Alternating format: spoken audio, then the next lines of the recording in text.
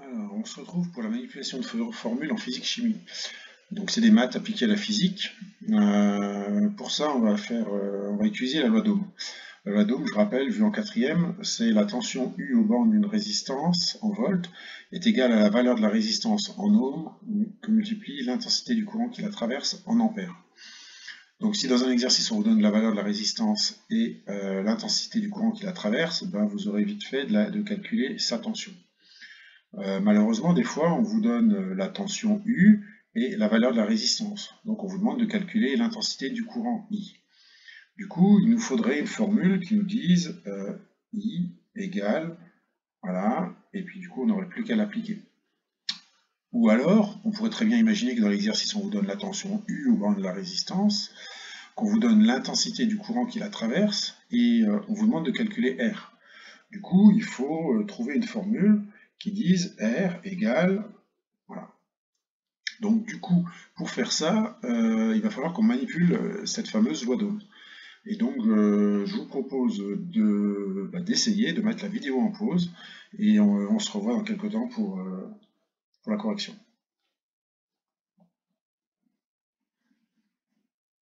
Voilà, alors maintenant on va essayer de manipuler cette formule pour trouver les deux autres formules qui nous intéressent. Donc de ce côté, on veut avoir une formule avec I égale. Donc on repart de la loi d'Ohm, donc c'est U égale R fois I. Et ici, du coup, nous, ce qu'on veut, c'est une formule qui nous dise I égale quelque chose. Donc le I, il est là. On voit que pour avoir cette formule avec I égale, il faudrait qu'on se débarrasse de R. D'accord? Alors oui, l'égalité, elle est un peu à l'envers. D'accord? Si on se débarrassait du R, on aurait bien I égale quelque chose. Alors pour se débarrasser de R, c'est assez facile. Comme le R, il est multiplié avec le I, eh ben, on va le diviser. Donc on va diviser de ce côté-là par R. Et si on divise à droite de l'égalité par R, il faut qu'à gauche, on divise aussi par R. Voilà. Du coup, là, on a les deux R qui peuvent s'éliminer. Si maintenant, on fait un peu le ménage, à gauche, on a encore U sur R, égale, et là, il ne reste plus que le I. Et du coup, on vient de trouver la formule qui nous intéresse, I égale U sur R. Maintenant, on veut écrire une formule avec R égale. Donc on repart de la formule de la loi d'Ohm, U égale R fois I. Cette fois-ci, on veut écrire R égale. Donc le R est là, il est là. On voit que si on veut éliminer, si on veut avoir une formule avec R égale, il faut qu'on se débarrasse du I. Comme il est multiplié, pour s'en débarrasser, on va le diviser des deux côtés par I. Donc je divise ici par I, je divise ici par I. Du coup, les deux I là s'éliminent. À gauche, j'ai U sur I. À droite, il me reste seulement R. Je la remets dans le bon sens, ça fait R égale U sur I. Voilà pour cette première partie avec la loi d'Ohm. Donc, important, une seule et unique formule à apprendre, c'est cette loi d'Ohm. Voilà. Et les deux autres formules, celle-là et celle-là, elles ne sont surtout pas à apprendre, elles sont à savoir retrouver. On se revoit maintenant pour une formule qu'on voit habituellement en troisième, mais les quatrièmes, vous pouvez vous entraîner aussi sur cette formule pour travailler la manipulation de formules. Donc on a l'énergie électrique consommée par un appareil en joules, qui est égale à la puissance électrique de cet appareil en watts, multipliée par le temps d'utilisation de cet appareil en secondes. Donc si je vous donne la puissance électrique d'un appareil et la durée d'utilisation de celui-ci, vous arriverez à me calculer l'énergie électrique consommée. Sauf que, imaginez que je vous donne l'énergie et la puissance et je vous demande de me calculer le temps d'utilisation de cet appareil. Donc pour faire ça, il va falloir que vous trouviez une formule qui me dise T égale, voilà. Ou alors, je vous donne l'énergie, je vous donne le temps d'utilisation de l'appareil et je vous demande de me calculer la puissance théorique de cet appareil. Donc du coup, il faudrait que vous arriviez à me trouver une formule qui me dise P égale, voilà. Donc du coup, pour faire ça, il va falloir réfléchir, manipuler la formule. Et alors, je vous conseille d'essayer de le faire, de mettre la vidéo en pause, et on se revoit dans quelques secondes pour la correction. Voilà, alors on va y corriger maintenant. Alors, pour faire ça, on part toujours de la formule de base. Donc là, j'ai l'énergie est égale à la puissance que multiplie le temps d'utilisation. Nous, ce qu'on veut maintenant, c'est avoir une formule qui me dise T égale. Donc le T, il est là. On voit que si je veux écrire T égale, il faudrait que je me débarrasse de ce P. Alors, pour se débarrasser de P, de la puissance, comme il est multiplié, on va diviser le côté là par P. Comme ça, les deux P vont pouvoir s'éliminer. Mais comme j'ai divisé par P à droite, il ne faut pas que j'oublie de diviser à gauche. D'accord? Sinon, l'égalité qui est là ne serait pas vraie.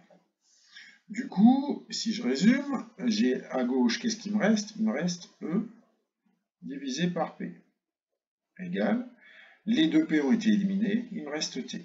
Et je remets ça à l'endroit, j'ai ma formule que je cherchais, T égale E sur P. Voilà. Maintenant, je veux faire la deuxième partie. Je veux avoir une formule avec P égale. Je repars de ma formule de base. Donc l'énergie égale la puissance que multiplie le temps d'utilisation. Je veux avoir une formule avec P égale. Donc P est ici. Cette fois-ci, si je veux pouvoir écrire P égale, il va falloir que je me débarrasse de T. Comme le T il est multiplié, je vais faire le contraire. Le contraire de multiplier, c'est diviser. Donc là, je divise ici par T, et je divise également à gauche par T. Du coup, les deux T s'éliminent, je les barre. Voilà.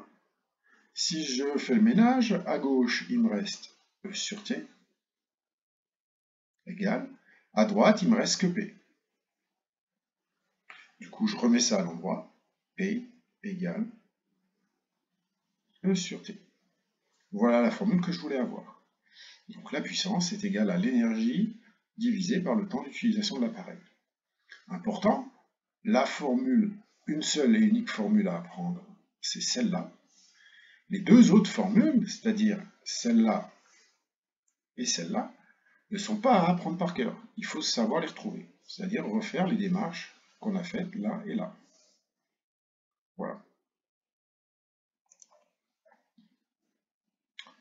Alors on se voit pour le niveau 2, ça va être un peu plus compliqué. Alors c'est pas vrai, ça va pas être un peu plus compliqué, ça va être un peu plus long.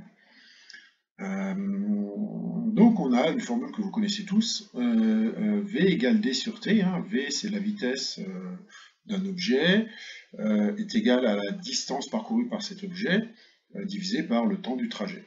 Voilà. Donc si je vous donne la distance parcourue par l'objet et son temps de trajet, vous arrivez à calculer la vitesse. Alors des fois on va vous demander de calculer la distance. D'accord? Donc il faut arriver à trouver une formule, distance égale, voilà. Ou alors, on va vous demander de calculer le temps de trajet. Donc il vous faut une formule avec temps de trajet égale, ainsi de suite.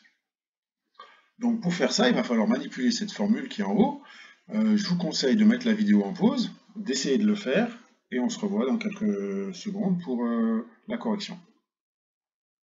Voilà, alors corrigeons maintenant ces deux manipulations de formules. Alors, la première, distance égale, on cherche ça. Du coup, on part de la formule, vitesse égale distance sur temps. Du coup, je veux avoir la formule qui me donne la distance. Donc là, on voit que pour avoir distance égale, il faudrait cette fois-ci que je me débarrasse de t. Comme le t il est divisé, on va faire le contraire de diviser. Le contraire de diviser, c'est multiplier. Du coup, je vais multiplier de ce côté par t. Et comme j'ai multiplié à droite par t, il faut qu'à gauche, je multiplie également par t. Comme ça, à gauche, le t qui est là et celui-là s'éliminent. Et il me reste à gauche, donc t fois v. À droite, il me reste que d. Et du coup, j'ai trouvé la formule qui m'intéresse. D égale V fois T. Maintenant, pour avoir la formule avec t égale, je vais repartir de la formule de départ. V égale d sur t. Donc là, je veux avoir d égale, donc le t égale est là, et là, il est en bas, il est au dénominateur. Alors là, on se rend compte que là, il y a un gros problème de place du t dans l'égalité. Donc cette formule, on va peut-être pas l'utiliser. On va peut-être utiliser cette formule-là. Parce que là, le t, il est en haut. Il est au numérateur. Donc du coup, je vais prendre plutôt cette formule. Donc d égale v fois t. Et là, du coup, on va utiliser cette formule, puisque le t, il est bien en haut du égal. Et du coup, il faudrait qu'on élimine cette fois-ci le v. Donc le v, comme il est multiplié, on va s'en débarrasser en divisant des deux côtés par v. Comme ça, le v là et le v là ont été éliminés. Du coup, si je fais le ménage, d sur v égale, de ce côté, t. Du coup, j'ai la formule qui m'intéresse, t égale d sur v. Alors vous avez remarqué que pour avoir cette formule-là, j'ai dû faire le travail de cette formule avant. D'accord? Voilà. C'était pas plus compliqué. C'est juste plus long, c'est-à-dire que là, on a dû faire le travail 2 fois.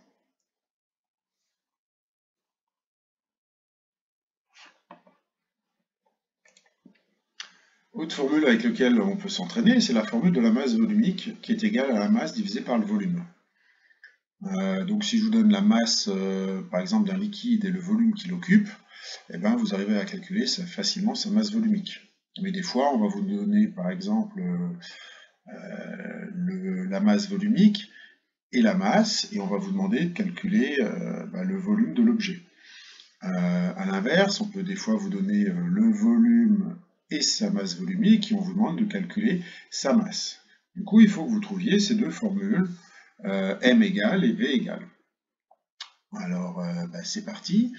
Je vous propose d'essayer, et on se retrouve tout de suite après votre réussite, j'espère. Alors, on se retrouve pour la correction. Alors, c'est parti. Du coup, je reprends la formule de base, donc masse volumique égale masse sur volume. Je veux écrire m égale. Donc le m est là, il est là. On voit que si je veux y arriver à une formule avec m égale, il faut que je me débarrasse de v.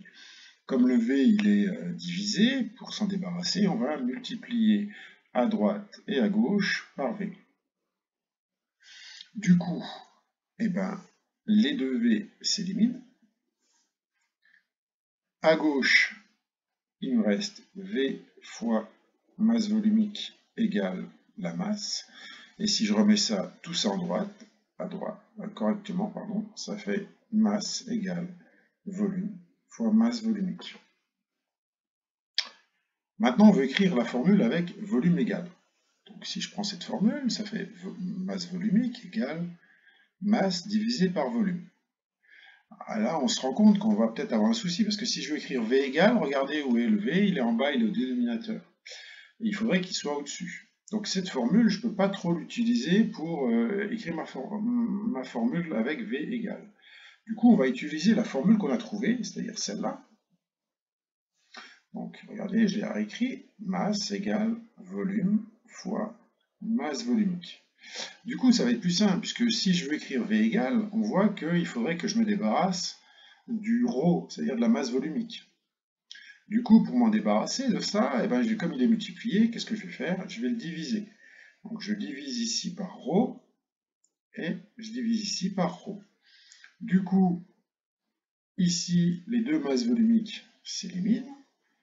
Si je fais le ménage, ça fait masse sur masse volumique égale volume.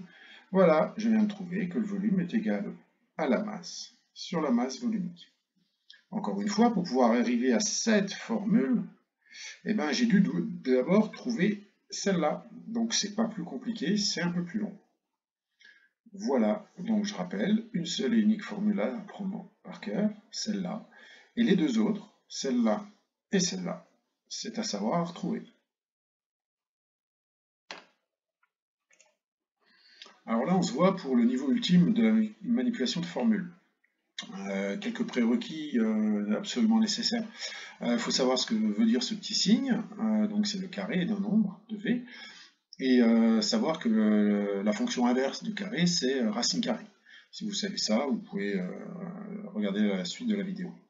Donc cette formule, c'est la formule de l'énergie cinétique d'un véhicule, on voit ça en troisième, en joules. C'est l'énergie qu'un véhicule ou un objet quand il est en mouvement. Est égale à 1,5 fois la masse du véhicule en kilogrammes fois sa vitesse de déplacement en mètres par seconde et au carré. Donc si je vous donne la masse d'un objet et sa vitesse, eh bien, vous arrivez avec cette formule à me calculer son énergie cinétique en joules. Sauf qu'on pourrait imaginer que je vous donne son énergie cinétique et sa vitesse et je vous demande de me calculer sa masse. Du coup, vous devez arriver à quelque chose qui me dise m égale, voilà. Ou alors, on pourrait imaginer que je vous donne l'énergie cinétique, que je vous donne sa masse et je voudrais avoir sa vitesse. Du coup, il vous faudrait une formule qui me dise vitesse égale, et à vous de trouver. Donc je vais vous laisser quelques minutes, mettez la vidéo en pause pour essayer par vous-même et on se revoit après pour une correction. Alors, c'est parti pour la correction. Donc, cette fois-ci, on veut écrire une formule avec m égale. Donc on part de la formule de base, hein, donc c'est énergie cinétique égale 1,5 fois la masse fois la vitesse au carré. Du coup, là, on veut écrire une formule avec m égale. Donc le m est là, il est là, voilà. Du coup, j'ai beaucoup de choses à me débarrasser. Il faudrait que je me débarrasse du 1, du 2 et du v carré. Alors, on va pas tout faire d'un coup, on va y aller tranquillement. On va peut-être commencer par le 2. Donc le 2, on voit qu'il est divisé. Donc le contraire d'une division, c'est la multiplication. Donc pour se débarrasser de ce 2-là, ce que je vais faire, c'est que je vais multiplier à droite par 2. Et du coup, si je multiplie à droite par 2, il faut que je multiplie à gauche aussi par 2. Voilà, comme ça, là, les deux là s'éliminent. Si je fais le ménage, alors, qu'est-ce qu'on a? À gauche, on a 2 fois l'énergie cinétique, égale 1 fois la masse, fois la vitesse au carré. Bon, le 1 fois la masse fois la vitesse au carré, vous êtes d'accord que on peut les enlever. D'accord? Ça, je peux l'enlever, hein, ça ne sert pas à grand chose. Donc j'ai l'énergie, 2 fois l'énergie cinétique égale la masse fois la vitesse au carré. La masse, elle est là. Je vois que si je veux avoir une formule avec m égale, donc il faudrait que je me débarrasse de v carré.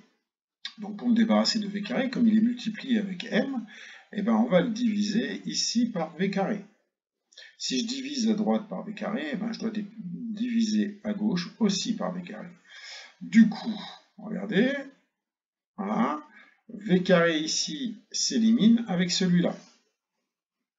En faisant le ménage, maintenant ça fait à gauche 2 fois énergie cinétique sur la vitesse au carré est égale à la masse. Si je remets tout ça dans le bon ordre, ça fait masse égale 2 fois énergie cinétique divisé par la vitesse au carré. C'est ce que je voulais. Maintenant, on veut avoir une formule avec V égale. Alors, je reprends ma formule de base. Énergie cinétique égale 1,5 fois, je me suis trompé, la masse fois la vitesse au carré. Donc, pour avoir V égale, le V, il est là. Donc, on voit que si je veux arriver à écrire V égale, il faut que je me débarrasse du 1, du M, du 2 et du carré qui est là. On va y aller doucement. On va déjà se débarrasser du 2. Donc, le 2, il est en bas, il est au dénominateur. Donc, si je veux m'en débarrasser, qu'est-ce que je vais faire? Je vais multiplier à droite par 2, et du coup, il faut que je multiplie aussi à gauche par 2. Du coup, les 2 s'éliminent. Si je fais un peu le ménage, il me reste 2 fois EC égale 1 fois la masse fois la vitesse au carré. Bon, le 1 fois la masse fois la vitesse au carré, on est d'accord que ça, je peux l'effacer. Voilà, une fois, ça sera pareil. Le V, il est là. Je vais me débarrasser maintenant du M. Alors, le M, il est multiplié. Donc, pour m'en débarrasser ici, je vais le diviser ici par M et également ici par M. Du coup, les deux M vont pouvoir s'éliminer. Si je fais le ménage, ça me donne quoi? 2 fois l'énergie cinétique divisé par la masse égale la vitesse au carré. Cette formule, je vais l'écrire dans l'autre sens, c'est-à-dire que je vais écrire vitesse carrée égale 2 fois l'énergie cinétique sur la masse. Maintenant, il faudrait que le V, il est bien là, hein. Il est ici. Donc V carré égale 2 fois ça. Il faudrait que je me débarrasse de ce carré. Et là, il faut savoir qu'en maths, l'inverse de carré, c'est racine carrée. Donc du coup, ce que je peux faire, c'est rajouter une racine carrée là-dessus. Allez, je rajoute racine carrée.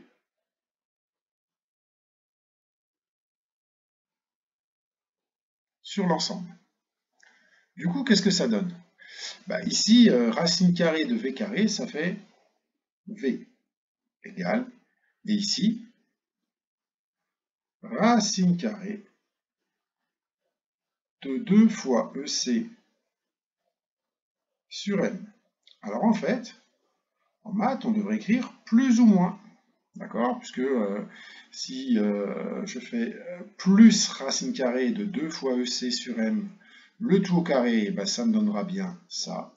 Mais si aussi je fais moins racine carrée de 2 fois EC sur M au carré, et ben ça me donnera aussi ça.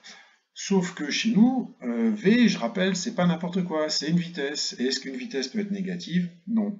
Donc du coup, le petit moins, je peux l'enlever. Ça sera forcément ça. Du coup, en faisant le ménage, V est égal à quoi? Eh bien, tout simplement à racine carrée de 2 fois EC sur M. Voilà, c'était un peu plus long, un peu plus compliqué avec cette histoire de racine carrée pour éliminer le carré, mais c'était quand même faisable. Voilà.